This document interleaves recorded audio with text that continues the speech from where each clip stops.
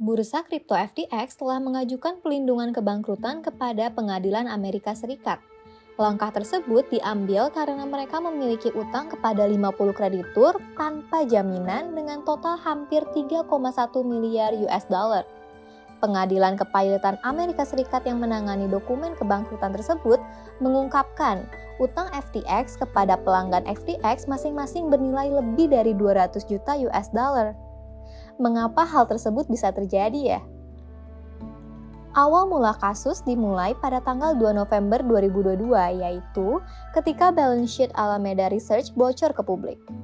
Isu muncul ketika ditemukan mayoritas aset Alameda merupakan FTT atau mata uang rilisan FTX pada balance sheet-nya. Hal yang perlu diketahui, Alameda Research merupakan bagian dari FTX yang dibangun oleh owner yang sama, yaitu Sam Bankman-Fried atau biasa dikenal dengan SBF. SBF mengatur fungsi bisnis yang berbeda di antara dua perusahaan tersebut, di mana FTX sebagai exchanger sedangkan Alameda sebagai trading firm.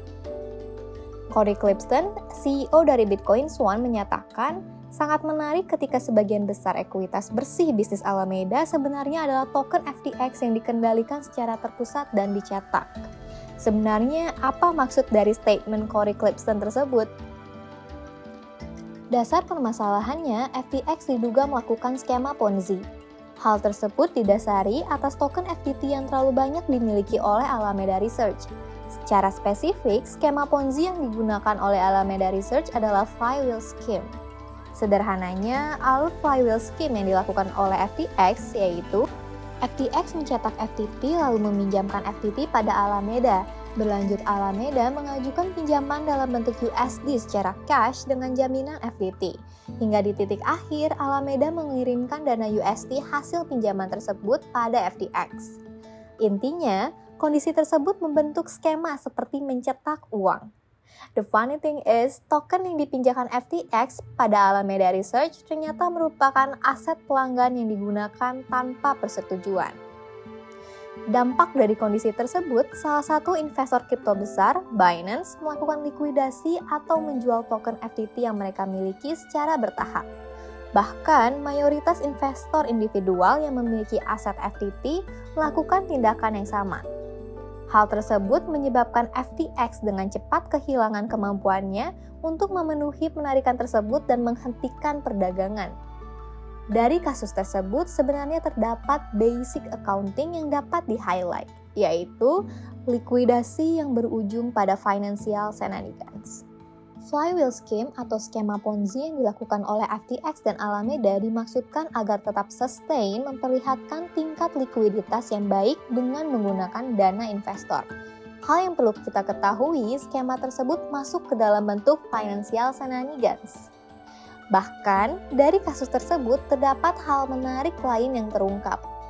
Berdasarkan artikel yang ditulis oleh George Clover dalam Markets Insider, beberapa hal terungkap setelah FTX mengajukan bangkrut pada pengadilan.